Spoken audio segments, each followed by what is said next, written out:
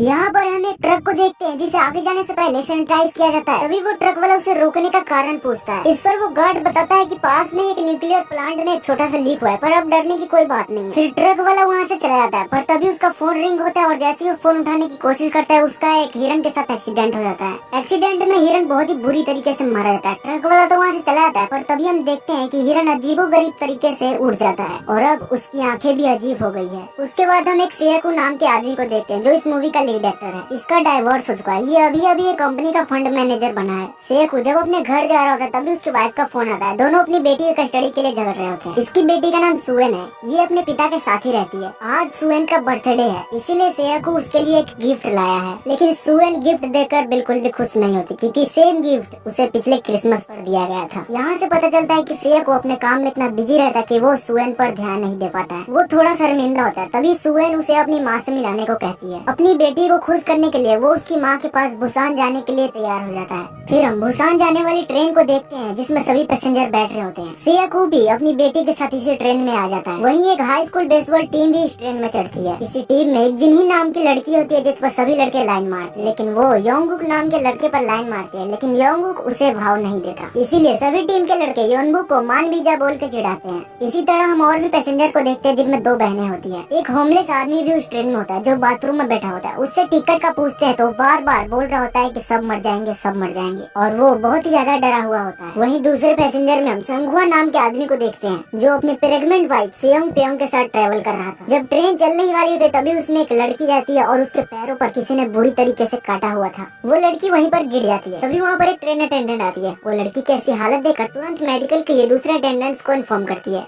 तभी सेयकू नींद से जागता है और उसके पास उसके असिस्टेंट किम का फोन आ रहा होता है। वो बताता है कि पूरे देश में दंगे हो रहे हैं। वहीं ट्रेन में टीवी पर न्यूज आ रही होती है उन दंगों की, लेकिन किसी को ये समझ नहीं आता कि ये एक ज़ॉम्बी अटैक है। सेयकू देखता है कि उसकी बेटी सीट पर नहीं है तो वो उसे ढूंढने चला जाता है। उसके बाद हम देखते हैं वो लड़की ज़ॉम्बीज बन चुकी है और वो अटेंडेंट्स पर हमला कर देती है, जिसके बाद वो बेसबॉल टीम के एक लड़के पर हमला कर देती है और अटेंडेंट भी ज़ॉम्बीज में बदल जाती है। देखते ही देखते सभी लोगों पर अटैक हो जाता है और वो लोग भी ज़ॉम्बीज बनकर दूसरे लोगों पर अटैक कर रहे हैं। ट्रेन में भगदड़ मच जाती है। पूरी बेसबॉल टीम ज़ॉम्बीज में बदलने लगती है। ज़ॉम्बीज लोगों को बुरी तरीके से खाने लगती है और लोग ट्रेन के दूसरे कंपार्टमेंट में भागने लगते हैं। तभी सेयकू अपनी बेटी को ढूंढते ढूंढते उस कंपार्टमेंट में चला जाता है जहाँ पर बहुत सारे ज़ॉम्बीज हैं। तभी वो ज़ॉम्बीज सेयकू की तरफ बढ़ने लगते हैं, पर तभी उसकी बेटी आवाज लगाती है और सेयकू उसको अपनी गोद में लेकर वहाँ से भागने लगता है। और अब ज़ॉम्बीज सेयकू के पीछे पड़ जाते हैं, पर सेयकू जल्दी से उनसे पीछा छुड़ाकर सामने एक कंपार्टमेंट में चला जाता है जहाँ पर और भी लोग थे और उस कंपार्टमेंट के गेट को लगा देता है। तभी हम देखते हैं संघवा अपनी पत्नी के साथ ज़ॉम्बीज से पीछा छुड़ाकर वहाँ से भाग रहा होता है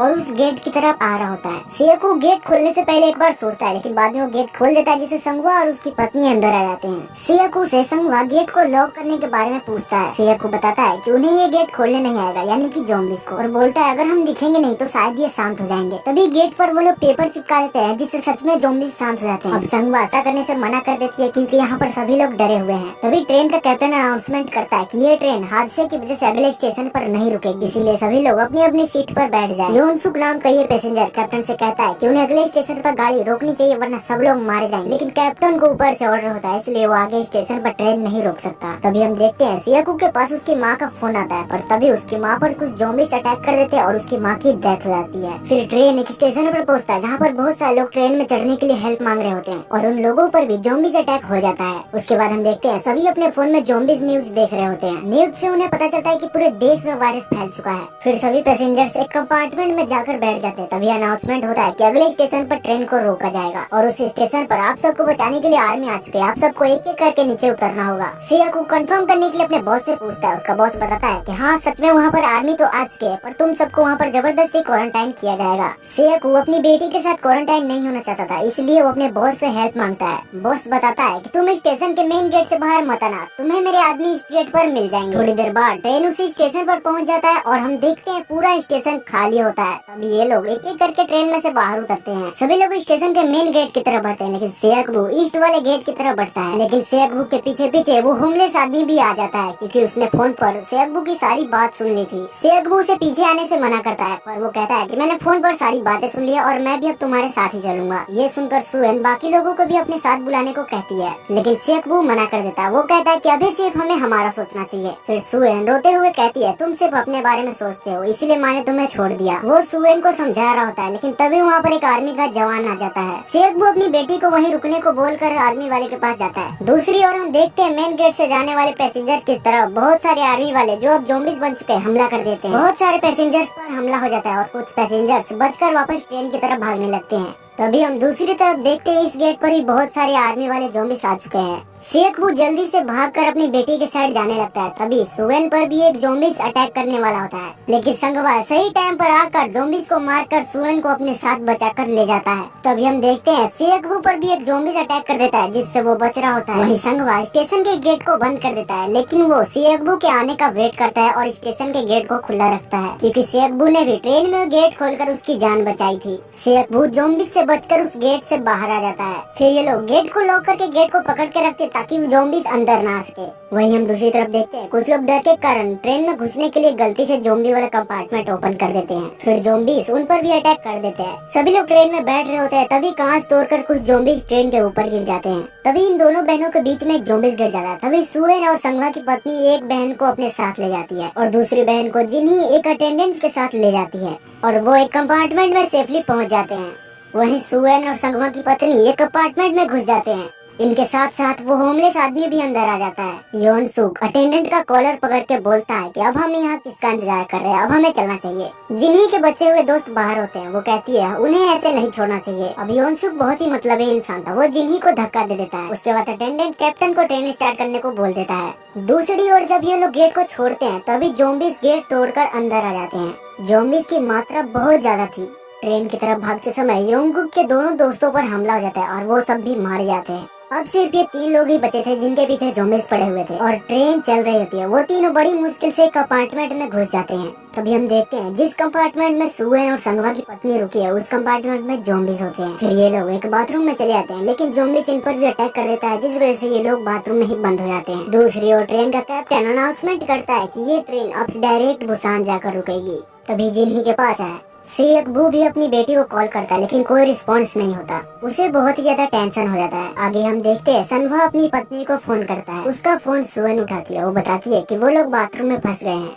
उन्हें पता चल जाता है कि वो कंपार्टमेंट नंबर 13 में है। सेयकबू बताता है बाकी लोग कंपार्टमेंट नंबर 15 में मिलेंगे। ये तीनों कंपार्टमेंट नंबर 9 में होते हैं। तीनों अपने अपने लोगों के पास जाने के लिए रेडी हो जाते हैं, लेकिन कंपार्टमेंट क्रॉस करने के बीच उन्हें ज़ॉम्बीज से लड़ना पड़ेगा। फिर हम देखते हैं संगवा सबसे आगे होकर ज़ॉम्बीज को मारते हुए आगे बढ़ता है और वो दोनों पीछे आते हैं। ये लोग फाइट करते हुए जैसे तैसे करके एक कंपार्टमेंट क्रॉस करके उसका गेट बंद कर देते हैं। तीनों उस कंपार्टमेंट में पहुंचते हैं जहां पर बेसबॉल वाली टीम बैठी हुई थी, जो अब ज़ॉम्बीज बन चुकी है। योनगुक अपने दोस्तों को ऐसे देख उसे मार नहीं पाता और वहाँ चुपचाप खड़ा हो जाता है। संगवा और सेयकबू अकेले हैं, उनसे लड़ रहा होता है। अचानक ट्रेन एक टनल के नीचे से गुजरती है। तभी ज़ॉम्बीज रुक जाते हैं, उन पर हमला नहीं करते। तीनों समझ जाते हैं कि ज़ॉम्बीज अंधेरे में हमला नहीं करते हैं। तीनों उनसे बचकर उस कंपार्टमेंट को भी क्रॉस कर लेते हैं, लेकिन अचानक से टनल खत्म हो जाती है और उजाला हो जाता है। लेकिन तब तक ये गेट बंद कर चुके होते हैं। आगे हम देखते हैं सेयकबू संगवा से उसका फोन मांगता है। फिर जैसे ही टनल आता है, अंधेरा होने पर ये लोग दूसरे कंपार्टमेंट में जाते हैं और छुपकर बैठ जाते हैं। फिर वो फोन को दूसरी ओर फेंक देता है। फिर अपने फोन से उस फोन पर कॉल करता है।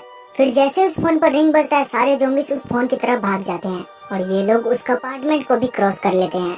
फिर हम देखते हैं वो कंपार्टमेंट नंबर 13 में पहुंच गए हैं। सेयकबू अपनी बेटी को देखकर खुश होता है। वहीं दूसरी ओर संगवा भी अपनी पत्नी को देखकर खुश होता है। तभी अचानक टनल खत्म हो जाती है और उजाला हो जाता है। ज़ॉम्बीज उन पर अटैक करते हैं, इससे पहले वो सब सामने वाले बाथरूम में छुप जाते हैं। सेयकबू बताता है कि अगला टनल आने वाला है। अगर हमने ये मिस कर दिया तो 3 किलोमीटर बाद एक और टनल आएगा, इसलिए उन्हें यही वाला टनल पार करना होगा। दूसरी तरफ जिन्ही इस कंपार्टमेंट के सभी लोगों को बताती है कि मेरा दोस्त आने वाला है और उसके साथ बाकी लोग भी हैं। योनसुक भड़क जाता है। वो कहता है कि वो लोग बिना इन्फेक्ट हुए यहाँ तक कैसे आ सकते हैं, हम उन्हें अंदर नहीं आने दे सकते। ऐसा लग रहा है कि योनसुक की बातें सुनकर बाकी लोग भी यही चाहते हैं कि वो लोग अंदर ना आए।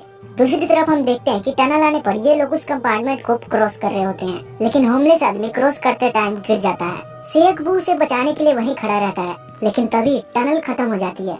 बाकी लोग अपार्टमेंट नंबर 14 में पहुंच चुके थे। यहाँ सियकबू और होमलेस आदमी छुपकर बैठे हुए थे। मौका देखकर वो लोग वहाँ से भागकर एक दूसरे कंपार्टमेंट में आते हैं। संघवा ज़ॉम्बीज़ को अंदर आने से रोकता है। यहाँ पर हम देखते हैं कंपार्टमेंट नंबर 15 के लोग गेट नहीं खोलते हैं। योनगुक जिन्ही को कॉल करता है, लेकिन ट्रेन अटेंडेंट उसका मुंह बंद करके खड़ा होता है ताकि उन्हें ऐसा लगे कि इस कंपार्टमेंट में कोई नहीं है। सियकबू और संघवा उस गेट को संभालते हैं और ज़ॉम्बीज़ को अंदर आने से रोकते हैं। वहीं योनगुक कंपार्टमेंट नंबर 15 में जाने के लिए उस गेट को तोड़ता है। वो एक गेट तोड़ देता है, लेकिन लोग उसे अंदर नहीं आने देते। यहाँ संघवा सियकबू को वहाँ से